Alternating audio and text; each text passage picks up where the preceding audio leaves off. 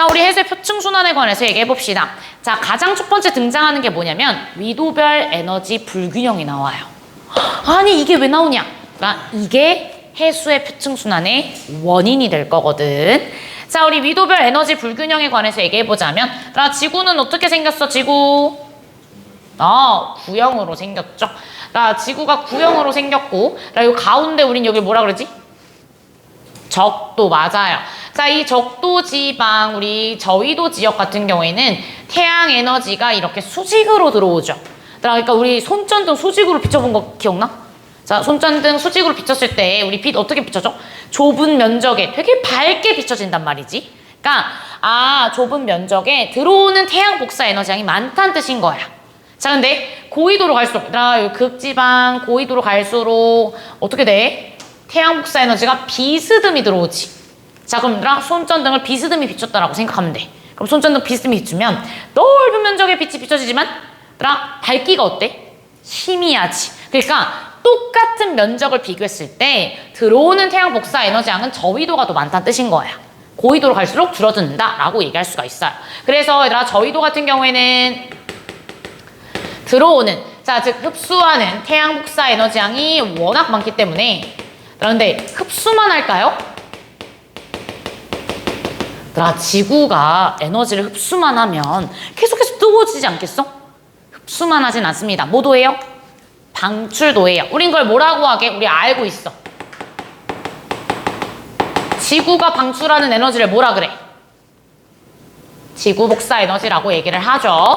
자, 이 둘을 비교했을 때 저위도는 워낙 들어오는 태양 복사 에너지량이 많기 때문에 흡수하는 게 더 많다. 그럼 방출하는 것보다 흡수하는 게 많으니까 에너지가 남겠네. 에너지 과잉, 이렇게 얘기할 수가 있는 거야. 반면에 고위도로 갈수록 들어오는 태양 복사 에너지량 줄어들지. 근데 방출하는 게 더 많게 나타나요. 그래서 고위도 같은 경우에는 흡수하는 태양 복사 에너지보다 오히려 방출하는 게 더 많다라고 얘기할 수가 있고, 방출하는 지구 복사 에너지가 더 많다. 그래서 에너지가 뭐한 상태인 걸까? 에너지가 부족한 상태인 거죠. 흡수하는 것보다 방출을 더 많이 하니까 에너지가 부족한 상태이다 라고 얘기할 수가 있다. 이렇게 위도별로 에너지가 불균형이 나타나는구나 라고 얘기할 수가 있다는 거죠. 자, 위도별 에너지 불균형 나타나는 이유가 뭐 때문이다? 지구가 구형이어서 라고 얘기할 수가 있다. 그럼 이 상태를 유지하잖아? 그럼 얘들아, 유지하면 이제 어떤 현상이 나타나냐면, 저위도는 에너지 과잉인 상태에 유지되면 에너지가 계속해서 쌓여요. 그럼 기온이 계속해서 높아지겠지. 반면에 고위도는 에너지 부족인 상태가 계속되면 에너지가 계속 부족 하면 결국 기온은 계속 내려갈 거야. 근데 실제로 그러냐라고 하면 실제로는 그렇지 않아요. 실제로는 저위도든 고위도든 일정한 평균 기온을 유지하고 있단 말이지. 그 말은 자, 지구가 구형이기 때문에 위도별로 에너지 불균형이 나타나는데, 이것을 누군가가 해소시켜주고 있다는 뜻인 거야.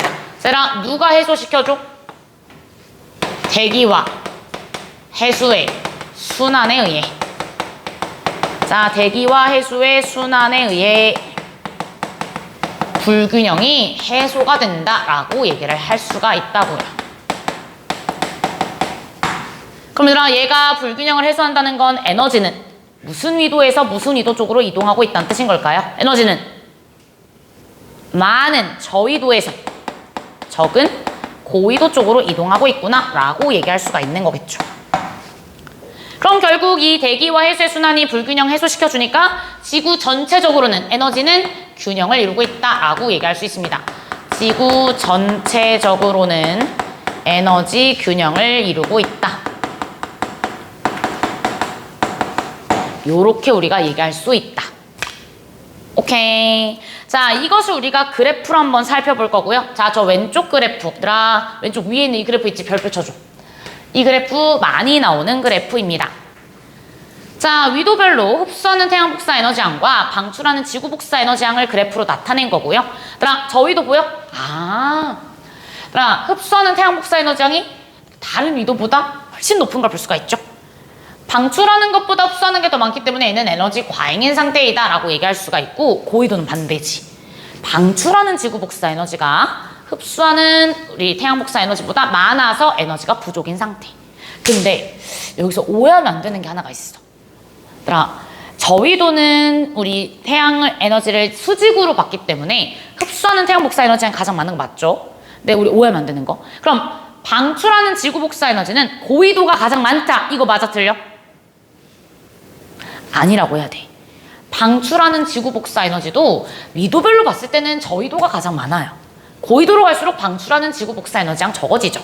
하지만 흡수하는 태양 복사 에너지량과 방출하는 지구 복사 에너지량, 이것 둘을 상대적으로 비교했을 때는 저위도가 태양 복사 에너지량이 더 많은 거고, 고위도는 지구 복사 에너지가 더 많은 거다라고 얘기할 수 있다. 오케이. 자, 얘들아, 에너지 우리 대기와 해수에 의해서 운반이 된다라고 했고요. 그럼 물어보자. 대기랑 해수 중에 누가 더 많은 에너지를 운반시킬 것 같아? 대기일까 해수일까? 대기가 더 많이 운반시킨다라고 할 수 있어요. 그 이유는 뭐냐면 대기가 훨씬 더 빠르게 움직이기 때문에 그래요. 오케이. 자, 그리고 얘들아, 운반하는 이 방향을 봤을 때 저위도에서 고위도 쪽으로 운반하고 있는 거 보이지? 그럼 얘들아, 북쪽으로 운반한다. 이거 맞는 말일까 틀린 말일까? 에너지는 북쪽으로 운반된다. 틀리다고 해야 돼요. 왜? 물론 북반구는 북쪽이 맞아. 자, 지금 이거 북극이니까 북반구죠? 북반구는 북쪽으로 수송이 된다라는 게 맞는데, 남반구는 고위도가 남쪽에 있잖아. 남반구는 남쪽으로, 그러니까 이런 것들을 조금 조심해야겠죠.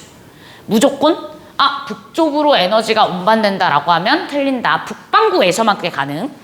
남반구에서는 남쪽으로 에너지가 수송된다라고 얘기할 수가 있는 거고요. 자, 여기 얘들아, 위도별로 에너지 수송량을 비교했을 때 에너지 수송량이 최대인 위도가 있습니다. 에너지 수송량이 최대인 위도는 어디냐? 위도 38도예요. 자, 위도 38도가 왜 에너지 수송량이 최대인지는 그래프에 나와 있다. 보여? 위도 38도? 어떤 부분이야? 흡수하는 태양 복사 에너지와 방출하는 지구 복사 에너지가 균형을 이루고 있는 위도이죠. 그러니까 얘는 에너지 균형을 이루고 있기 때문에 부족하지도 남지도 않는 거야. 그럼 막 저위도에서 에너지가 올라오겠지? 그럼 나 필요 없어. 다 보내주는 거야. 그래서 에너지 수송량이 최대인 위도는 위도 38도이다 라고 얘기할 수 있다. 오케이. 자, 이것이 위도에 따른 에너지 불균형이고요. 자, 그래서 이 불균형을 대기와 해수의 순환에 의해서 해소가 된다라는 것을 알아두셔야겠죠. 오케이. 하나만 더 얘기해보자. 여기 그럼 지구는 전체적으로는 에너지 균형을 이루고 있단 말하고, 네. 지구 전체적으로는 에너지가 균형을 이루고 있다라고 얘기했단 말이죠. 그러면 에너지 과잉량과 에너지 부족량은 뭐하다라고 해야 되는 걸까요?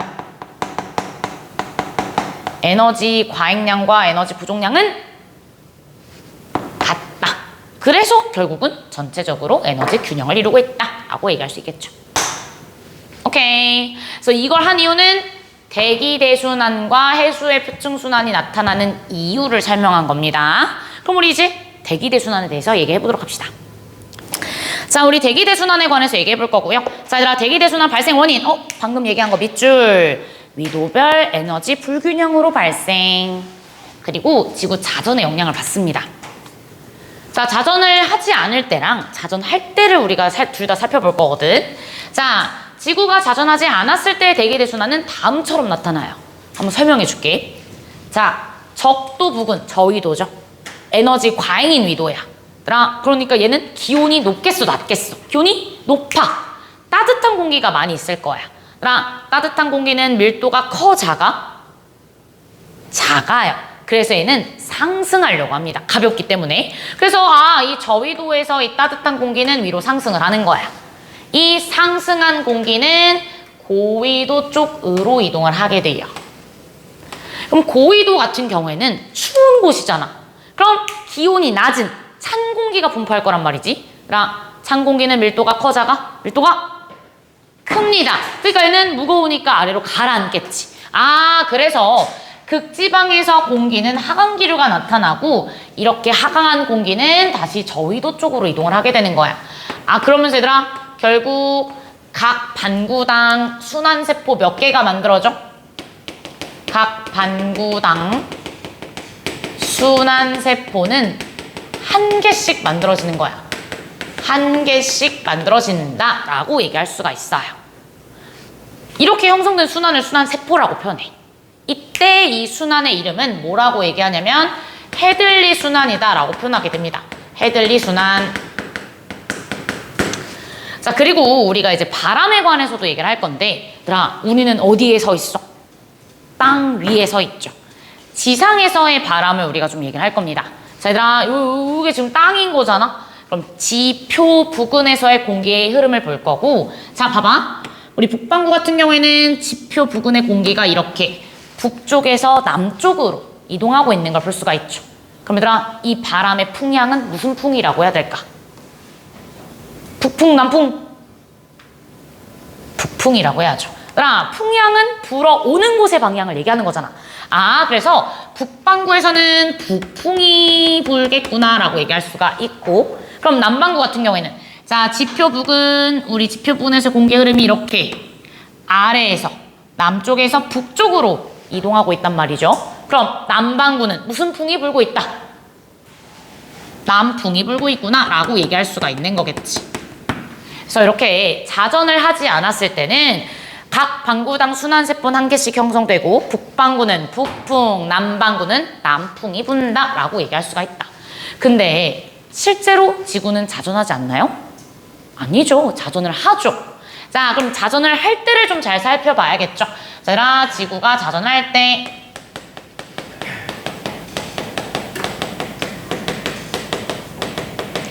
의 대기 대순환.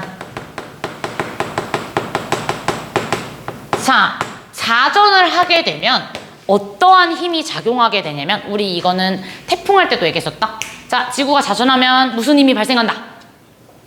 전향력이라고 얘기하죠. 자, 전향력 또는 어려운 말로는 코리올리 힘이라고 하는 것이 작용하게 돼요. 그래서 얘가 작용해서 조금 대기대순환이 다르게 나타나거든. 자, 쌤이 그걸 자세히 그려볼 거고, 얘들아, 쌤이 그리는 그림을 너네도 그릴 수 있어야 돼. 빈 종이에다가. 그래서 자, 예고합니다. 다음 주에 백지 시험 볼 거예요. 아, 네. 그리고 못 그리면 내가 남겨서 시킬 거야. 공부시킬 거야. 쌤이 마음을 먹었어. 공부를 빡시게 시켜야겠다 라는 마음을 먹어서, 네, 다음 주에 못 그리면 무조건 남아서 그리고 가는 거야. 자, 쌤이 지구를 4등분 할 거고요. 자, 4등분한 그림. 자, 여기 가운데는 적도, 그리고 여기 위도 30도 북반구 할 거야. 여기가 위도 60도, 그리고 극. 자, 얘들아, 우리 적도 부근 기온이 높다 그랬잖아. 그러니까 여기는 따뜻한 공기가 상승을 하겠지. 이건 똑같아. 자, 이 상승한 따뜻한 공기는 고위도 쪽으로 이동할 거야. 이때 잘 들어봐. 전향력이 작용한다고 했잖아. 이 전향력에 의해서 혹시 들어봤을까? 제트류라는 거 들어봤어? 자, 제트류가 뭐냐면 매우 강하고 좁은 흐름을 우린 제트류라고 표현하게 돼요. 그 제트류에 의해서 이렇게 위로 올라가다가 위도 30도 부근에서 얘가 가로막히는 거야. 그러니까 가로막혔으니까 다시 아래로 내려오는 거지. 자, 아래로 내려와요. 그럼 지표와 만나지. 그럼 이 지표와 만난 공기는 양쪽으로 이렇게 퍼져 나가게 돼요. 자, 그리고 극지방은 기온이 낮은 찬 공기가 많다고 했잖아. 찬 공기는 상승의 하강에 하강. 자, 이 하강한 찬 공기는 저위도 쪽으로 이동할 거야. 그러다가 누구랑 만나냐면 위도 30도에서 60도로 올라오고 있는 공기랑 만나게 되는 거야. 위도 60도 부근에서. 그럼 얘는 공기가 부딪혔네. 그럼 뭐해? 상승하겠지. 상승 기류가 발달하고 또 양쪽으로 이제 퍼져 나가는 거야. 이렇게 해서 대기대순환이 만들어지고요. 자, 얘들아, 대기대순환 총 몇 개 만들어졌어? 3개가 만들어진 걸 볼 수가 있죠. 자, 이 3개의 이름을 얘기할 수 있어야 됩니다. 자, 얘들아, 저위도에서 형성된 이 순환 이름은 뭐죠? 헤들리 순환. 맞아요. 사실 이거 옛날에 배웠어. 우리 언제 배웠어? 통합과학 때 배웠죠. 자, 헤들리 순환. 자, 중위도에서 형성된 순환의 이름은 배례순환. 그렇지. 그리고 고위도에서 형성된 순환의 이름은 극순환. 자, 이렇게 각 우리 위도별 순환의 이름 얘기할 수 있어야 되고, 자, 또 하나. 얘들아, 해즐리 순환과 극순환은 따뜻한 공기가 상승, 찬 공기가 하강해서 형성된 순환이죠. 자, 우리는 이러한 순환을 무슨 순환이라고 하냐면 직접순환이라고 얘기를 하게 돼. 직접순환. 자, 해즐리 순환과 극순환은 직접순환이다 라고 얘기하고, 얘들아, 직접순환에 다른 이름이 있어. 얘 다른 이름은 열적순환이라고 표현하기도 해요. 열 대류에 의한 순환이다라고 얘기해서 열적 순환이다 이렇게 표현한다. 그럼 이 가운데 페레 순환 같은 경우에는 뜨거운 공기가 상승 또는 차가운 공기가 하강해서 형성된 순환이야? 아니야. 그럼 얘는 무슨 순환이라고 하냐면 간접 순환이다라고 표현하는 거지. 이 직접 순환 사이에 끼어서 나오는 순환, 간접 순환 이렇게 표현하는 거야. 오케이. 그래서 이렇게 순환의 이름과 종류 구분할 수 있어야 되고요. 자, 여기서 끝나면 안 되죠. 자, 이제 지상에서 부는 바람을 얘기할 거야. 자, 근데 여기서 역시 지표 부근의 공기의 흐름을 볼 건데 이거 알아야 돼. 전향력은 이 운동하는 물체를 휘어지게 하는 힘이거든. 자, 이때 쓰인 방향을 얘기하자면 전향력 같은 경우에 북반구에서는 운동하는 물체의 운동 방향에 오른쪽 90도로 작용을 하게 돼요. 오른쪽 90도로 작용. 자, 남반구 같은 경우에는 남반구는 운동 방향에 왼쪽 90도로 작용하게 된다라고 얘기할 수가 있어요. 그래서 자, 지금 우린 북반구 하고 있잖아. 자, 그럼 봐봐. 북반구니까 자, 공기가 이렇게 자, 저위도 같은 경우에는 위에서 아래로 이동을 하고 있어. 근데 그냥 직선의 형태로 이동하는 게 아니라 이동 방향에 오른쪽으로 휘어져서 이동을 한다고. 전향력이 오른쪽 90도로 작용하기 때문에. 그럼 어떻게 그려줘야 돼? 요렇게 그려줘야죠. 진행 방향의 오른쪽으로 휘어지는 거기 때문에 요렇게 그려줘야 되고요. 자, 얘들아, 이 바람의 이름 우리 뭔지 알고 있어. 이 바람의 이름은 무역풍이죠. 저위도에서 1년 내내 부는 바람이잖아. 근데 앞에 방향을 붙이기도 해. 자, 어느 쪽에서 불어오는 무역풍이다. 북동쪽에서 불어오는 무역풍이다. 맞아요. 그래서 북동무역풍 이렇게 표현하게 돼요. 자, 그럼 우리 중위도 가보자. 자, 중위도 같은 경우에는 바람이 이렇게 아래에서 위로 불고 있는데 오른쪽으로 휘어지면서 분다고 이렇게 바람이 불겠지. 자, 충우야, 이 바람의 이름은 중위도에서 1년 내내 부는 바람. 이름 알아? 네, 그렇죠. 편서풍이다 라고 얘기할 수가 있겠죠. 자, 우리 고위도에서는요, 위에서 아래로 바람이 붑니다. 근데 진행 방향에 오른쪽으로 휘어져서 불고요. 우린 이것을 극동풍이다 라고 표현하게 된다 라고 얘기할 수가 있다. 자, 이거 바람의 이름 반드시 얘기할 수 있어야 돼요. 자, 마지막 기압대에 관해서 얘기해보자. 자, 우리 앞에서 기압 배웠지? 자, 우리 무슨 기압 배웠어? 고기압과 저기압 배웠죠? 자, 이때 고기압, 채성아, 고기압은 무슨 기류가 발달하는 기압이 고기압이죠? 그렇지. 하강 기류가 발달하면 고기압. 그럼 준영아, 저기압은? 상승 기류가 발달하면 저기압이겠죠. 자, 그럼 봐봐. 무슨 기류가 발달하는지를 보고 기압대를 얘기할 거야. 자, 적도 같은 경우에는 무슨 기류가 지금 발달하고 있어? 상승 기류. 그럼 이건 고압대야, 저압대야? 저압대라고 얘기할 수 있겠죠. 자, 여기 적도 저압대라고 얘기합니다. 자, 위도 30도. 위도 30도 부분 봤더니 하강 기류가 발달하고 있네. 이건 무슨 기압대라고? 고압대라고. 자, 얘는 중위도 고압대 또는 아열대 고압대 이렇게 표현하게 돼요. 아열대 고압대. 자, 그리고 얘들아, 위도 60도. 사실 우리 위도 60도는 알고 있는데. 우리 위도 60도. 혁빈아, 우리 뭐라고 배웠었지? 그렇지, 맞아요. 자, 이 상승 기류가 발달하는 저압대인데 저압대라고 표현하지 않고 한대 전선대라고 표현하게 돼요. 한대 전선대 얘 저압대입니다. 그리고 마지막 극 하강기류 발달하고 있죠? 무슨 기압대? 극고압대. 자, 이렇게 우리가 얘기할 수가 있겠지. 그래서 이렇게 기압대들을 얘기할 수 있어야 된다라는 거. 자, 이때 쌤이 여기서 특징 하나만 얘기하자. 우리 한대 전선대에 중요한 특징 하나 있었던 것 같은데 왜 이름이 저압대라는 이름이 붙지 않고 한대 전선대라는 이름이 붙었을까? 이유가 있는데 전선이 많이 만들어져서인 거죠. 자, 성민아, 전선이 많이 만들어지려면 자, 무슨 공기랑 무슨 공기가 만나야 전선이 만들어져? 따뜻한 공기랑 찬 공기가 만나야 전선이 만들어지지. 그럼 여기서 따뜻한 공기랑 찬 공기가 많이 만난다는 뜻인 거네. 자, 옆에다 써주자. 이 한대 전선대의 매우 중요한 특징. 남북 간 기온차가 크다라고 얘기할 수 있어요. 남북 간 기온차가 크게 나타난다. 이 특징도 되게 많이 물어봐. 오케이. 뭐라 많이 문 줄 알아? 위도 30도 부근과 많이 물어봐. 그래서 위도 30도 부근과 위도 60도 부근 중에 누가 더 남북 간 온도차가 크니라고 하면 위도 60도 부근이라고 얘기해야 된다고. 오케이. 네. 자, 지금 이게 북반구의 대기대 순환에 관해서 얘기한 건데 문제는 남반구도 물어봐요. 그럼 남반구 어떻게 하나요? 라고 하면 남반구는 이렇게 생각하면 돼. 남반구는 적도 기준으로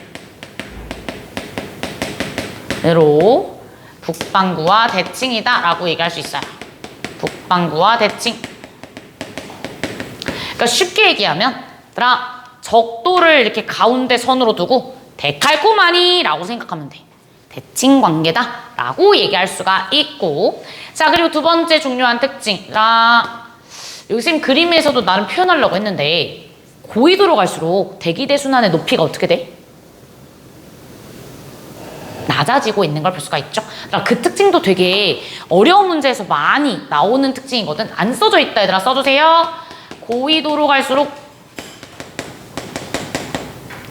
대기대 순환의 높이는 낮아진다. 높이는 감소.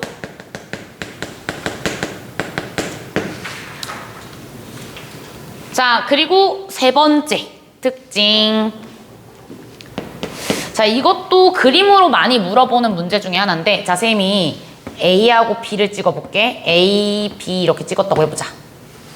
자, 지금 A는 고압대이고요. B는 저압대를 찍었습니다. 자, 이 A하고 B에서 공기가 수렴하니 상공하니, 수렴하니 발산하니라고 물어봐. 자, 보여? 고압대에서는 이 지표 부근에서 공기는 수렴을 발산해? 그렇지, 발산하죠. 고압대 지상에서는 공기는 발산한다 라고 얘기할 수 있어요. 공기 발산. 근데 지상만 묻진 않습니다. 상공을 물어보는 경우도 있어요. 그럼 상공에서는 공기 뭐 한다고 해야 돼? 수렴, 맞아요. 지상에서는 공기가 발산하고 상공, 매우 높은 공기층에서는 공기는 수렴한다 라고 얘기할 수 있다. 그럼 저압대는 반대겠지. 저압대에서는요, 지상에서는 공기가 뭐하고? 수렴하고, 공기가 수렴하고, 상공에서는 공기가 뭐한다? 발산한다 라고 얘기할 수가 있다. 그러니까 이러한 것들을 우리가 얘기할 수 있어야 돼요. 오케이. 네, 요것이 지구가 자전할 때의 대기대 순환이고, 이 그림을 우리가 그릴 수 있어야 된다. 아니 근데 우리가 지금 배우고자 하는 게 해수의 표층순환 아니야? 근데 왜 대기대순환 했어? 대기대순환 때문에 해수의 표층순환 나타나거든. 네, 우선 정리할 수 있는 거 정리해주세요. 자, 되셨으면 우리 181쪽에 해수의 표층순환에 관해서 얘기해 볼게요. 자, 해수의 표층순환, 다른 이름도 밑줄 쳐주자. 풍성순환. 다른 이름 밑줄 풍성순환이다 라고 얘기하고요. 자, 발생 원인. 우리가 대기대순환 배운 이유가 있죠? 자, 밑줄 발생 원인. 대기대순환에 우리 바람에 의해서. 근데 뿐만 아니라 대륙의 영향을 받기도 합니다. 자, 우리 바람에 의해서 어떤 해류가 형성되는지를 얘기를 해볼 거고요. 자, 우리 바람 중에서도 무역풍에 의한 바람, 그러니까 무역풍에 의한 해류와 편서풍에 의한 해류, 이렇게 두 가지를 좀 자세히 살펴볼 거예요. 자, 그림과 함께 얘기해보자. 무역풍은 저위도에서 부는 바람이고, 자, 무역풍에 의한 해류는 그럼 바람이 어느 쪽에서 어느 쪽으로 이동해? 동에서 서야, 서에서 동이야. 동에서 서쪽으로 바람이 불지. 그럼 무역풍에 의한 해류도 동에서 서쪽으로 이동할 거야. 자, 이 무역풍에 의한 해류, 이 그림에서 두 개 한번 찾아보실래요? 북적도 해류와 그리고 네, 남적도 해류 이렇게 두 가지가 있습니다. 북적도 해류와 남적도 해류. 자, 이게 무역풍에 의한 해류 두 가지이고요. 자, 두 번째 편서풍에 의한 해류 얘기해 볼 거예요. 자, 북반구, 남반구 둘 다 따질 거고, 편서풍에 의해서 형성된 해류는 편서풍, 바람 방향과 똑같이 서에서 동쪽으로 흘러야겠지요. 자, 편서풍에 의한 해류 찾아볼래? 세 가지를 얘기할 수 있어야 돼요.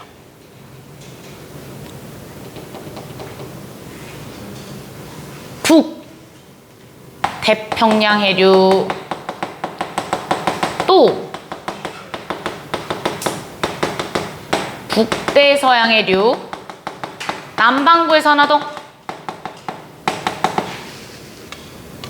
찾아봐. 서에서 동쪽으로 오는 해류.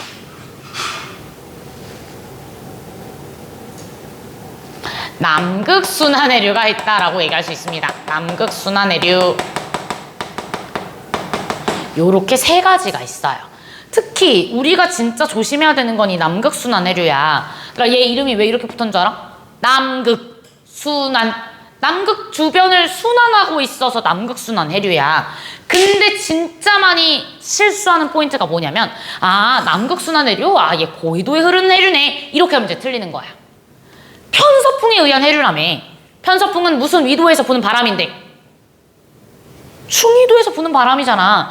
남극순환 해류는 중위도에서 형성되는 해류이다라고 얘기할 수가 있다고. 중위도에 흐르는 해류야. 편서풍에 의해서. 이거 조심하셔야 돼요. 오케이. 자, 이게 우리 바람에 의해서 형성된 해류고, 자, 바람에 의해서 형성된 해류는 동서방향으로 흐릅니다. 근데 이 해류들을 봤을 때 동서방향으로 흐르는 해류만 있나요? 그건 아니죠. 남북방향으로 흐르는 해류도 있죠. 그 남북방향으로 흐르는 해류는 대륙의 영향을 받아서 형성된 거야. 자, 그게 거기 동그라미 2번에 나와 있죠. 밑줄. 대륙에 막히면 남북방향으로 해류의 흐름이 변하여 형성된다. 이 남북방향의 해류를 쌤이 해수의 표층순환과 함께 같이 한번 설명할 거고요. 해수의 표층순환 중에서 우리 가장 규모가 큰 순환, 아열대 순환에 대해서 좀 더 자세하게 얘기할 겁니다.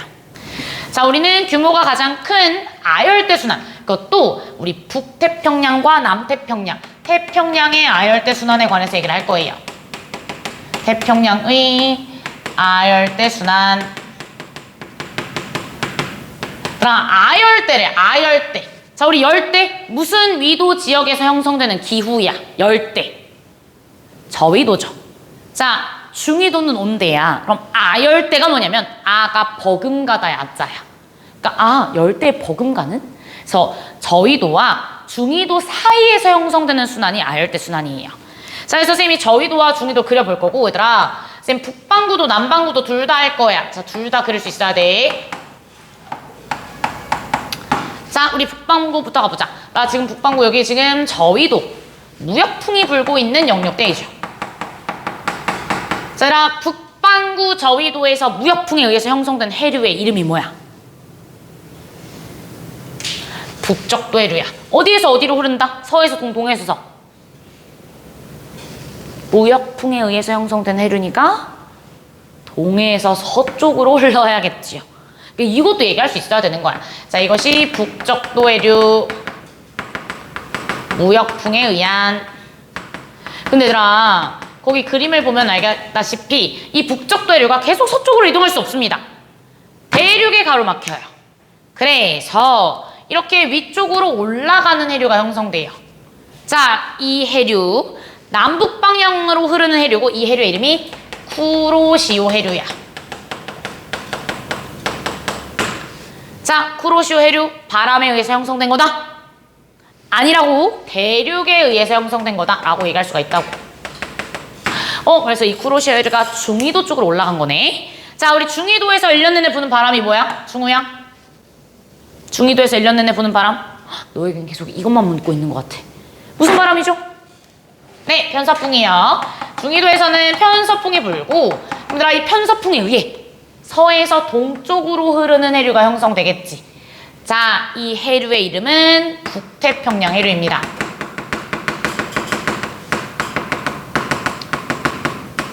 편서풍에 의해서 형성된 해류이다 라고 얘기할 수가 있고, 자, 얘들아, 이 북태평양 해류는 역시 동쪽으로 이동하다가 대륙에 가로막혀요. 그래서 대륙에 가로막혀서 아래로 내려오는 해류가 형성되지. 얘들아, 이 해류의 이름이 캘리포니아 해류인 거야. 캘리포니아 해류. 얘도 역시 대륙에 의해서 형성된. 이게 북반구, 북태평양의 아열대 순환인 거야. 얘들아, 무슨 방향으로 진행되고 있어? 네, 시계 방향으로 진행하고 있는 걸 볼 수가 있죠. 자, 근데 문제는 뭐야? 남반구도 나온다고. 자, 지금 남반구도 갈 거예요. 사실 이 북반구의 아열대 순환은 우리 통합과학 때도 한 적이 있었어. 그래서 낯설지 않을 거야. 근데 남반구는 낯설 거야. 잘 따라와. 자, 남반구 역시 저위도 무역풍이 불고요. 자, 이때들아 남반구에서의 무역풍, 남동무역풍 이렇게 표현하기도 해요. 자, 이 무역풍에 의해서 자, 동에서 서쪽으로 흐르는 해류가 형성돼. 이 해류의 이름은 뭘까? 남반구에서 무역풍에 의해 형성된 해류, 남적도 해류가 되겠죠. 남적도 해류. 자, 얘도 역시 무역풍에 의해서 형성된 거고, 얘도 역시 대륙에 가로막혀. 그러니까 그 왼쪽에 보면 오스트레일리아 대륙이 있거든. 이 대륙에 가로막혀 이렇게 아래로 흐르는 해류가 형성됩니다. 자, 이 해류의 이름 아셔야 돼요. 동오스트레일리아 해류입니다. 동오스트레일리아 해류. 얘 대륙에 가로막혀서 형성된 해류. 그러면 얘가 지금 중위도 쪽으로 왔네. 중위도에서 편서풍에 의해 이제 또 해류가 형성되겠지. 남반구 중위도에서 편서풍에 의해 형성된 해류가 뭐야? 남극순환해류. 그렇지. 자, 남극순환해류가 형성될 거야.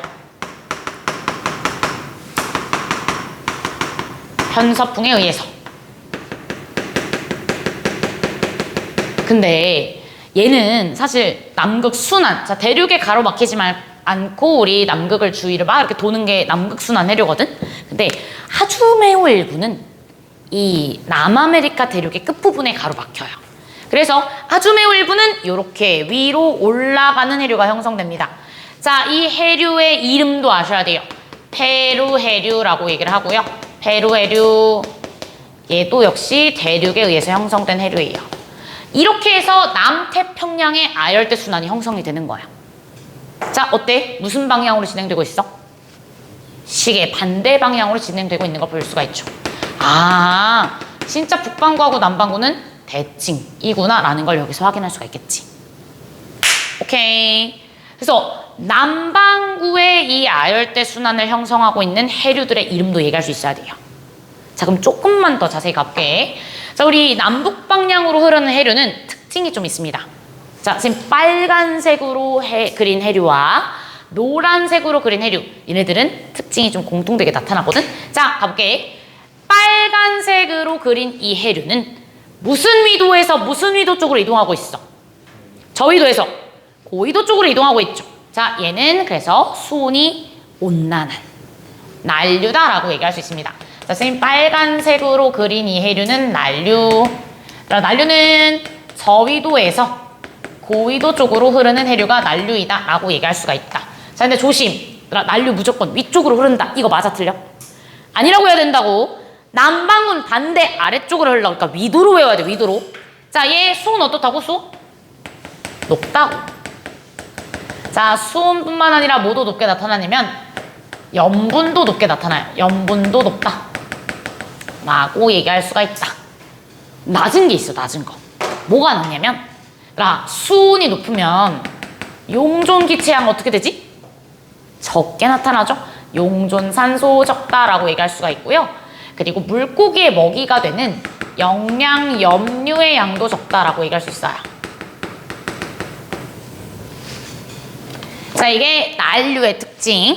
자, 그럼 한류는 반대겠지. 자, 선생님이 노란색으로 그린 해류가 한류이다라고 얘기할 수가 있고, 한류는 무슨 위도에서 무슨 위도 쪽으로 이동하고 있어? 고위도에서 저위도 쪽으로 이동하고 있죠. 아니, 고위도에서 출발했잖아. 그럼 수온이 높겠어, 낮겠어? 낮게 나타나겠죠? 아, 얘 수온이 낮다. 그리고 염분도 낮아요. 그러니까 난류랑 반대야. 그럼 얘들아, 염분, 수온 둘 다 낮고, 그럼 용존산소 어떨까? 용존산소 많겠지. 난류랑 반대라니까? 그리고 영양염류도 많다라고 얘기할 수 있어요.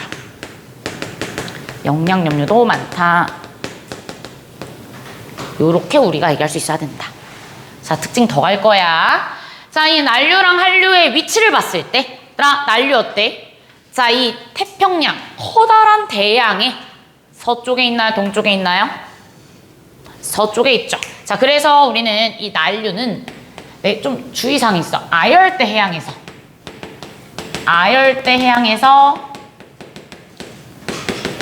대양의 서안에 위치한다라고 얘기를 하게 돼요.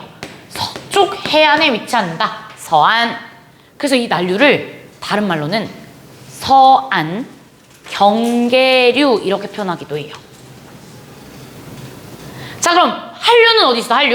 한류는 아열대 해양에서 대양의 어느 쪽에 있다? 동쪽에 있는 걸 볼 수가 있죠. 대양의 동안에 있다. 그래서 우리는 이걸 동안 경계류 이렇게 표현하기도 합니다. 자, 그리고 이 난류와 한류에 좀 더 특징이 하나 더 있는데, 잘 들어봐봐. 우리 지구가 자전을 하고 있고 그 지구가 자전함에 따라서 나타나는 힘이 뭐라고 했다고? 코리올리 힘, 전향력이라고. 자, 이때 이 전향력은요, 고위도로 갈수록 더욱더 크기가 커지는 특징이 나타나고 있어요. 아, 그러면 자, 봐봐. 난류가 저위도에서 고위도로 가. 그럼 전향력이 더 크게 작용하는 거잖아. 그럼 얘는 더욱더 강하게 흐른다고. 그래서 우리 이렇게 얘기할 수 있다. 자, 이 난류 같은 경우에는 우리 고위도에서 저위도로 이동하기 때문에 강하게 흐른다. 유속이 빠르고 폭은 좁고 깊다. 요렇게 얘기할 수 있어. 강하게 흐르는 해류인 거야. 반면에 한류 같은 경우에는 저위도 쪽으로 내려오는 거잖아. 그럼 전향력의 크기가 약해지는 거지. 그러니까 얘가 느리게 흐르는, 유속이 느리게 흐린, 자, 유속이 느린, 그리고 폭은 넓고 깊이는 얕은 해류다라고 얘기할 수가 있다. 오케이, 요런 특징들까지 우리가 얘기할 수 있어야 돼요. 이게 아열대 순환에 관한 내용이었습니다. 괜찮아? 아, 네, 요 그림 그릴 수 있어요. 이거 외워야 돼요. 그랬잖아, 내가 외울 거 진짜 많다고. 네, 자, 근데 아열대 순환만 있는 건 아닙니다. 거기 아래 갈까요? 181쪽에 괄호 3번. 자, 위도별 순환 구조가 나와 있고, 얘들아, 아열대 순환을 우리가 자세히 배운 이유는 가장 규모가 큰 순환이어서 그래요. 근데 그거 말고도 무슨 순환이 있어? 열대 순환과 아한대 순환이 있는 거 보이지? 자, 선생님 설명해 줄게. 얘들아, 그 지도 다시 한번 봐볼래? 지도를 보면 북적도 해류와 남적도 해류에서 뻗어져 나오는 해류로 이렇게 반대 방향으로 흐르는 해류가 있어. 이렇게. 이 해류의 이름 뭐래? 거기 뭐라고 써져 있어? 찾아봐, 지도에서. 뭐라고 써져 있어? 북적도 해류와 남적도 해류 근처에서 반대 방향, 서에서 동쪽으로 흐르는 해류가 있어. 이름은 못 찾아서 적도 반류라고 얘기합니다. 적도 반류. 그러니까 이 적도 반류에 의해서 이렇게 저위도에 순환이 형성되거든. 이 순환을 우리는 열대 순환이다 라고 얘기하는 거야. 열대 순환. 자, 그리고요, 우리 북반구 이 북태평양 해류 잠깐만 가볼래? 자, 북태평양 해류가 이 북아메리카 대륙에 가로막히거든? 그래서 캘리포니아 해류가 만들어졌잖아. 근데 생각해봐봐. 어떤 해류가 대륙에 가로막혔어. 그럼 무조건 아랫방향으로만 이동할까? 아니야. 양방향으로 갈라져 나오겠죠.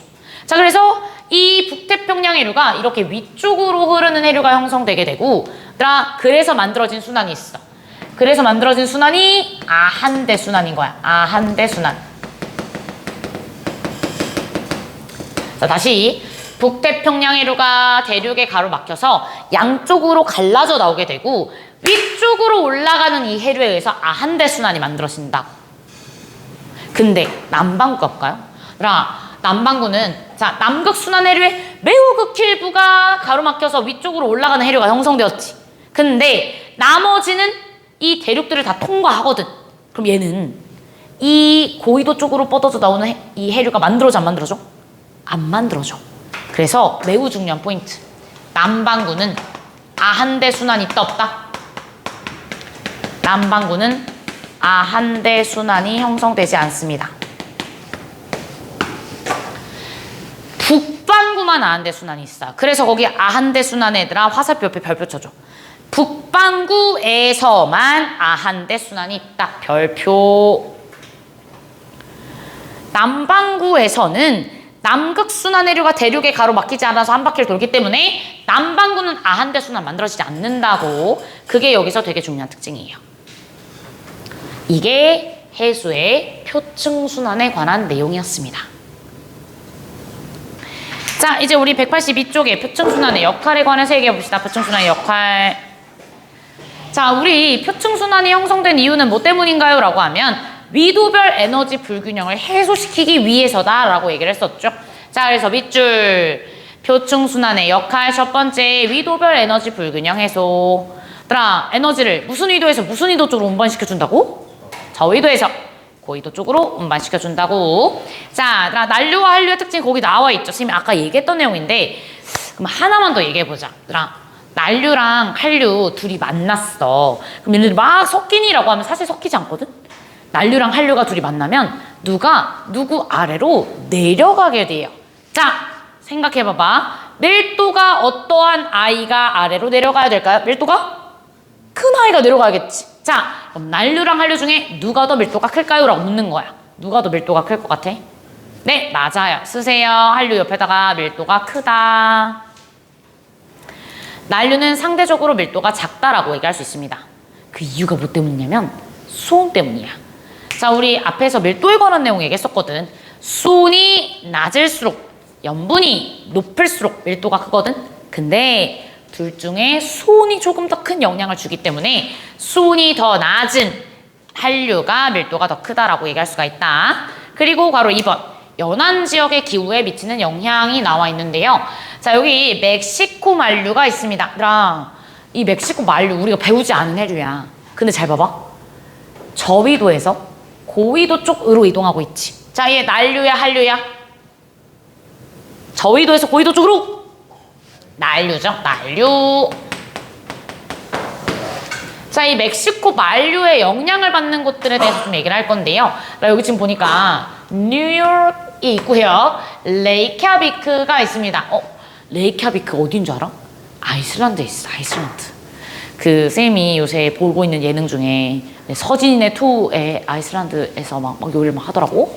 그 아이슬란드의 수도가 레이캬비크야. 근데 우리 아이슬란드 하면 떠오르는 그 이미지가 뭐야? 왜? 그렇지. 춥고 막 눈이 많이 내리고 막 약간 이런 이미지잖아. 근데 뉴욕과의 평균 기온을 한번 살펴볼까? 1월 달이면 북반구는 겨울이야. 겨울 평균 기온 봤더니 뉴욕은 영하 2도야. 근데 레이캬비크는 0도야. 자, 생각해봐봐. 뉴욕과 레이캬비크 중에 누가 더 고위도에 있어? 레이캬비크가 더 고위도에 있어. 그럼 더 고위도에 있으면 더 추울 거라고 생각이 드는데 평균 기온이 레이캬비크가 더 높다. 이유? 이 멕시코 만류의 직접적인 영향을 받기 때문인 거죠. 그래서 이렇게 난류는 이 난류의 영향을 받는 곳의 온도를 온난하게 따뜻하게 해주고요. 그럼 반대 한류의 직접적인 영향을 받는 곳은 서늘하게 하겠죠. 그것이 두 번째 표층순환의 역할이다 라고 얘기할 수가 있다. 오케이. 네, 우리는 이제 우리나라 주변의 해류에 관해서 얘기해 봅시다. 자, 우리나라 주변의 해류에서 우리가 몇 가지 기억해야 되는 것들이 있는데요. 우선 첫 번째, 쿠로시오 해류는 별표 쳐야 돼. 쿠로시오 해류의 별표. 자, 이게 왜 별표냐면, 쿠로시오 해류, 난류야, 한류야? 우리 아까 했잖아. 난류죠. 우리나라 난류의 근원이 되는 난류입니다. 우리나라 난류의 근원. 이 되는 해류가 쿠로시오 해류이다. 자, 근데 여기서 이제 오해하지 않아야 되는 게 하나가 있어. 이 쿠로시오 해류, 이동 방향을 봤더니 편서풍이랑 똑같네. 편서풍에 의해서 형성되었다. 이거 맞아 틀려? 아니라고 해야죠. 얘는요, 편서풍에 의해서 형성된 것이 아니다. 편서풍에 의해 형성 안 돼요. 그럼 뭐 때문에 형성되었다고 해야 돼? 대륙의 영향을 받아. 그렇지. 대륙에 가로막혀서 대륙에 의해서 형성되었다라고 해야 맞겠죠. 자, 이 쿠로시오 해류에서부터 이제 막 해류가 또 뻗어져 나와요. 우리 이걸 지류라고 표현하는데요. 자, 쿠로시오 해류에서 스시마 난류가 뻗어져 나오고, 이 스시마 난류로부터 동한 난류가 뻗어져 나옵니다. 자, 동그라미 쳐야 되는 거 동한 난류. 쉽게 얘기하면 한반도 동해 쪽에서 흐르는 난류이다라고 해서 동한 난류라고 표현하게 돼요. 그럼 동한 난류가 있다면 무슨 난류도 있냐면 황해 난류도 있습니다. 자, 쿠로시오 해류로부터 뻗어져 나온 황해 난류가 있는데, 얘들아, 여기서 화살표를 봤을 때 동한 난류랑 황해 난류 중에 누가 더 화살표 두께가 두꺼워? 동한 난류가 훨씬 더 두꺼운 것을 볼 수가 있죠. 옆에다 써주자. 자, 난류의 세기는 동한 난류가 황해 난류보다 강하다라고 얘기할 수가 있다. 난류의 세기는 동한 난류가 황해 난류보다 더 세다라고 얘기할 수 있어요. 자, 그럼 지금 이렇게 얘기해 볼게. 자, 똑같은 계절이야. 똑같은 계절에 똑같은 위도야. 이때 동해와 황해 중에 누가 더 표층 수온이 높니라고 물어봤어. 그럼 누가 더 높다라고 해야 돼? 그렇지, 동해가 더 높다라고 해야 돼. 왜? 동해에 조금 더 강한 동한 난류가 흐르거든. 오케이. 자, 그럼 이제 우리나라 주변의 한류에 관해서도 얘기해 볼 건데요. 자, 한류는 고위도에서 저위도 쪽으로 내려와야죠.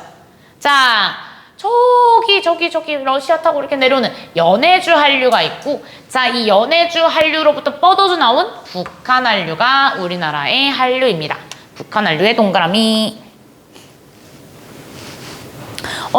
여기서 북한 한류랑 동한 난류가 지금 만나고 있는 거 보여? 어디서? 동해에서요. 이거 되게 중요한 포인트거든. 동해에서 동한 난류와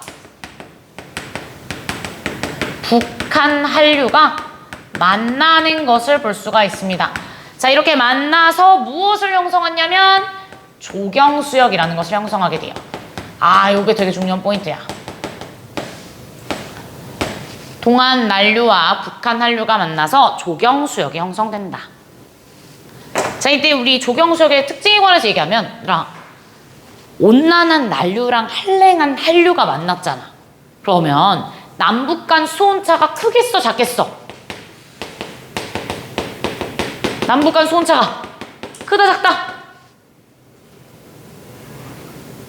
난류랑 한류가 만났어. 그럼 크겠죠. 수온 변화가 매우 급격하게 나타나겠지.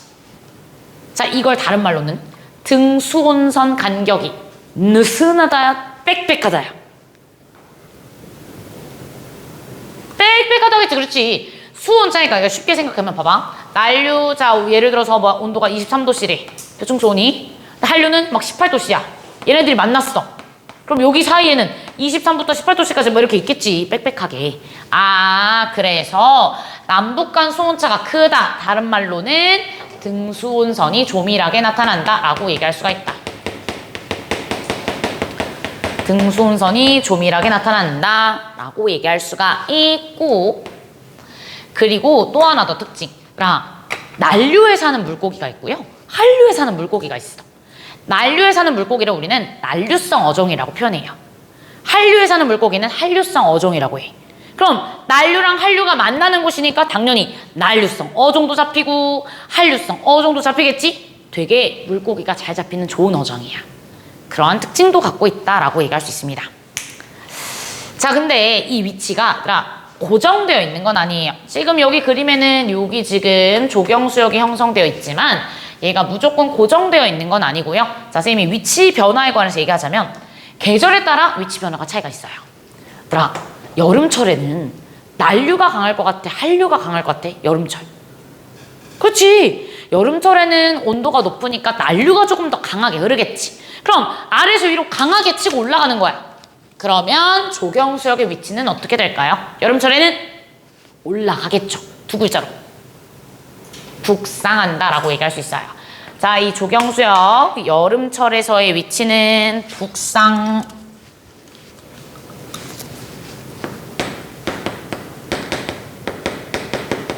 북상한다라고 얘기할 수가 있고, 자, 겨울철 같은 경우에는 그럼 반대겠지. 겨울철에는 한류가 강하게 흐를 거야. 그럼 위에서 아래로 강하게 해류가 흐를 테니까 이 조경수역의 위치는 내려오겠죠. 두 글자 남하라고 얘기할 수가 있겠지.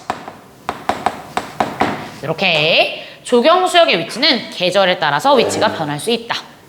오케이. 근데 문제가 있다. 요새 뭐 때문에 지금 지구가 끙끙 앓고 있다고? 지구온난화. 그럼 지구온난화는 얘들아 온도를 높게 유지하는 거잖아. 그래서 겨울철에 원래 온도가 낮아져야 한류가 강해지거든? 근데 온도가 잘 낮아지지 않는 거야. 그러니까 한류가 강해지지 않는 거야. 강해지지 않는 거죠.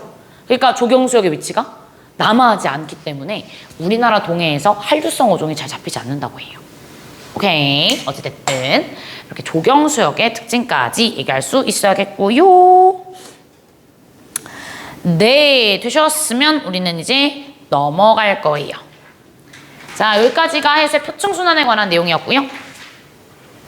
자, 이제 우리 해수의 심층순환에 관해서 얘기를 좀 해볼 건데요. 자, 심층순환은 깊은 곳에서 흐르는 순환이어서 심층순환이다 라고 얘기하고, 다른 이름이 있네. 밑줄 열염순환.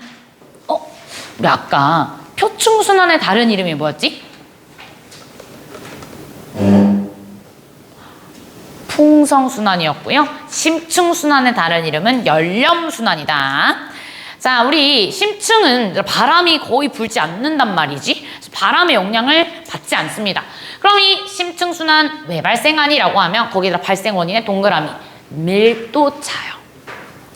밀도차에 의해서 우리 심층순환이 형성된다라고 얘기할 수 있습니다. 자, 여기 지금 극해역과 적도해역이 나와 있는데요. 극해역.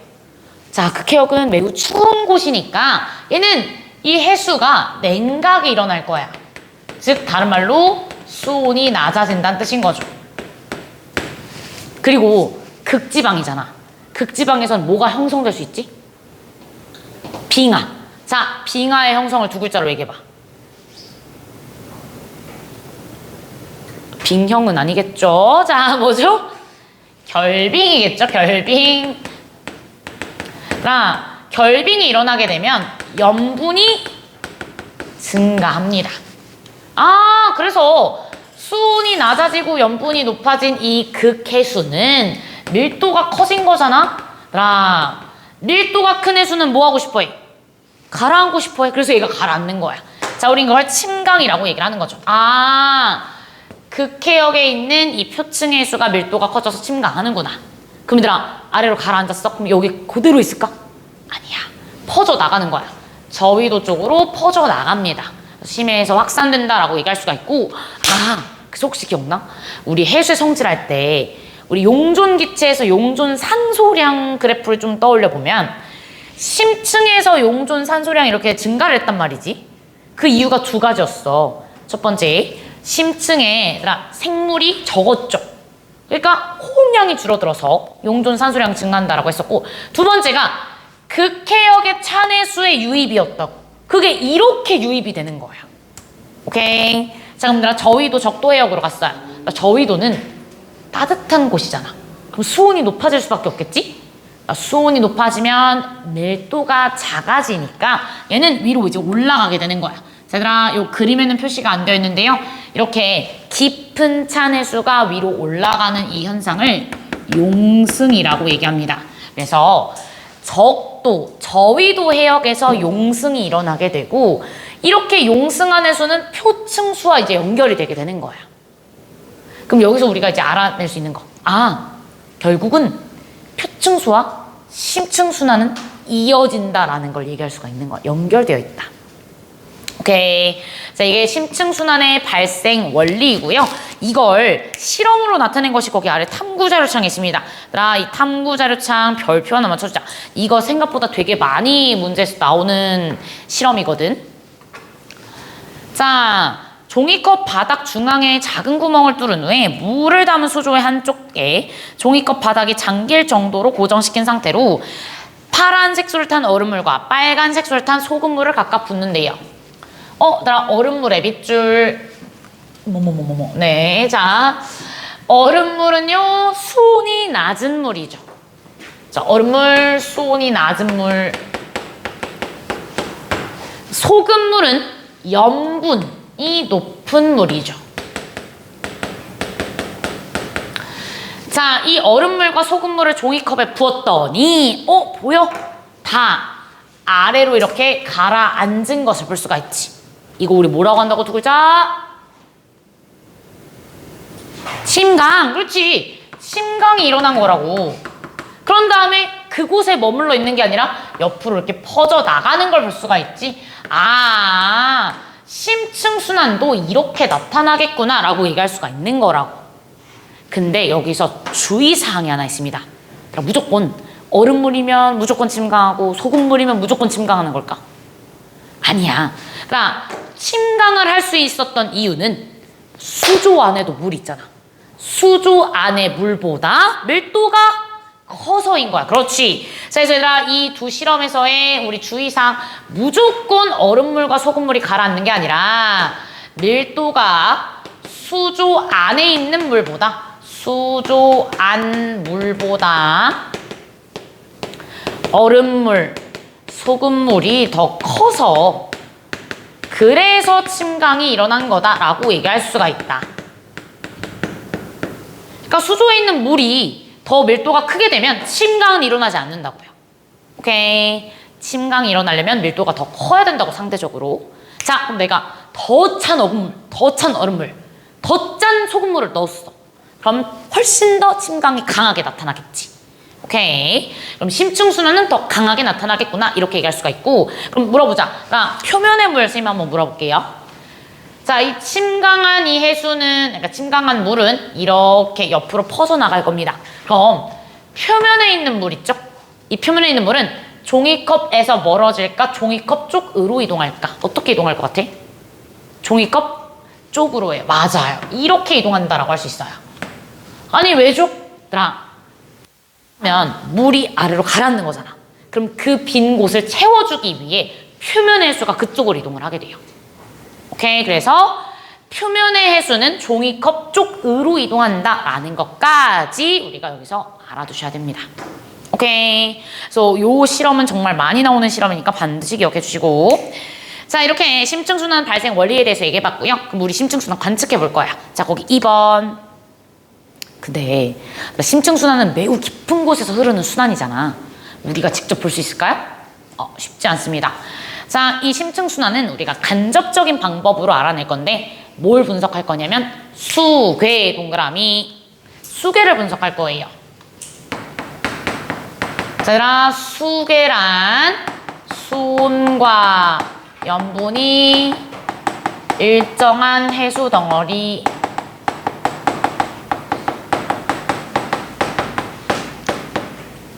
를 우리는 수괴라고 얘기를 하게 돼요. 이때 얘들아, 이 수괴에 매우 중요한 특징이 있어. 거기 얘들아, 화살표 옆에 밑줄. 자, 성질이 다른 수괴는 섞인데 안 섞인데? 성질이 다른 수괴끼리는 섞이지 않습니다.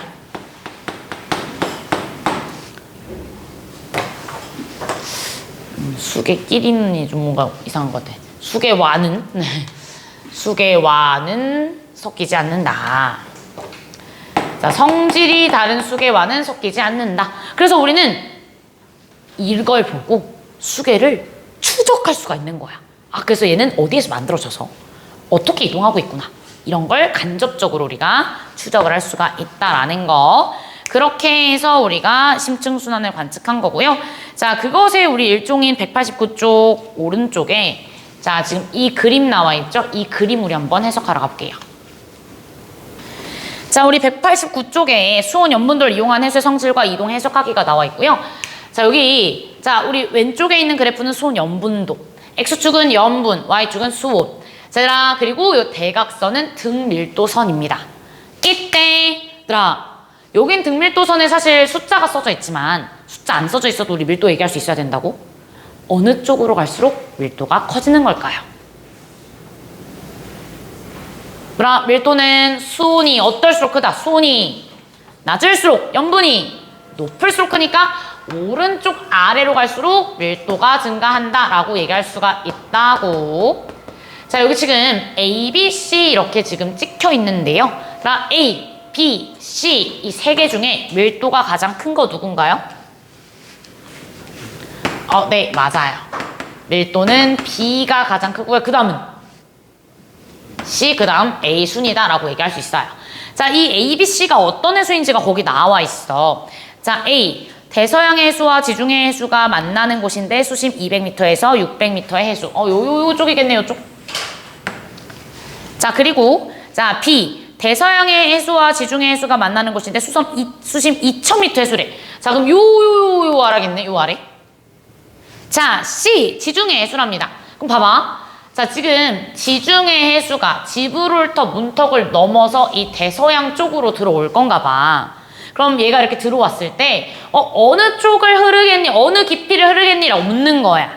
자, 봐봐. 여기가 A였고 여기가 B였어. 얘가 C야. 자, 우리 A, B, C 중에 누가 밀도가 가장 커? B. 그 다음은 C, 그 다음 A라고.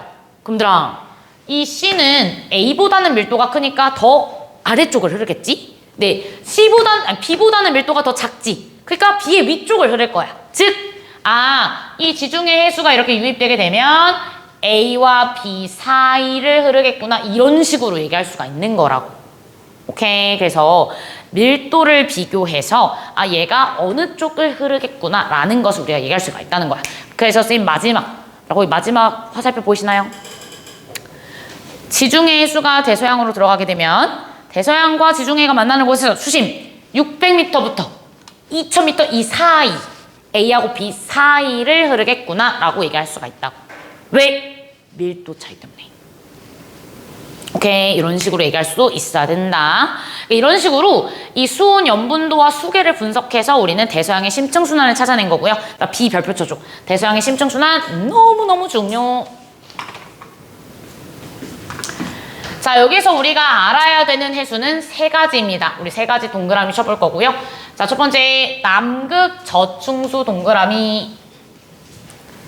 남극 저충수.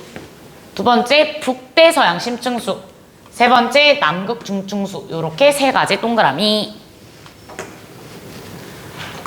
여기서 우리가 흐르는 깊이만으로도 밀도를 비교할 수가 있어. 자, 그림 보고 밀도 구분해보자. 자, 이 세 개 중에 밀도가 가장 큰 거 누군 거 같아? 밀도가 가장 클수록 위쪽을 흘러? 아래쪽을 흘러? 아래쪽으로 흐를 거야. 누가 가장 아래쪽을 흐르고 있는데? 남극 저충수야. 그래서 이 세 개 중에 밀도가 가장 큰 것은 남극 저충수이다 라고 얘기할 수가 있는 거고, 두 번째는 그렇지, 북대서양 심층수. 세 번째는 남극 중충수이다. 이렇게 흐르는 깊이를 통해서 우리 밀도를 비교할 수가 있다고. 오케이. 그리고 얘네들은 심층순환을 형성하는 해수이기 때문에 당연히 표층수보다는 밀도가 클 수밖에 없겠죠. 괜찮으실까요? 네. 자, 그리고 이 남극 저충수, 북대서양 심층수, 남극 중충수가 어디에서 만들어져서 어디까지 이동하는지 얘기할 수 있어야 되고, 자, 밑줄 치러 가볼까요? 남극 저충수, 웨델해 동그라미 별표. 남극 저충수는 얘들아 웨델레가 어디냐면 남극 주변이야. 남극 대륙 주변 웨델해에서 뭐가 일어나? 결빙이 일어나 염분이 증가해서 가라앉아. 위에다 써줘. 침강. 남극 주변 외델해에서 침강에서 만들어진 해수가 남극 저층수예요. 그래서 이 어디까지 이동한 줄 알아? 북반구 위도 30도 해역까지 이동하게 돼요. 그러니까 심층순환은 되게 커다란 순환이다라고 생각하시면 돼요. 자, 두 번째 북대서양 심층수. 얘는 북대서양에서 만들어진 해수겠죠. 북대서양에 뭐가 있는 줄 알아? 아이슬란드, 그린란드가 있어요. 자, 그린란드 주변에 노르웨이해와 레브라도해 여기에서 가라앉아 역시 침강에서 우리 그 레브라도해와 노르웨이해를 합쳐서 그린란드 해역이라고 해요. 그린란드 해역에서 침강에서 형성된 해수가 북대서양 심층수이고 그래서 어디까지 흐르는 줄 알아? 보여? 남반구 위도 60도 부근까지 흐르게 돼요. 엄청나게 크게 흐르는 걸 볼 수가 있죠. 자, 그리고 마지막 남극 중층수는요. 남극 중층수니까 남극 주변. 자, 남극 주변에서 형성되어서 얘 북반구 위도 20도 정도까지 이동을 하게 됩니다. 오케이. 그래서 이렇게 우리가 어디에서 형성되는지 얘기할 수 있어야 되고, 특히 침강에서 형성된 이 두 구역, 그러니까 침강 해역과 그리고 그 침강 해역에서 무슨 해수가 만들어졌는지 반드시 기억할 수 있어야 돼요. 오케이. 네. 대서양의 심층순환은 쌤이 다음 시간에 한 번 더 얘기할게요.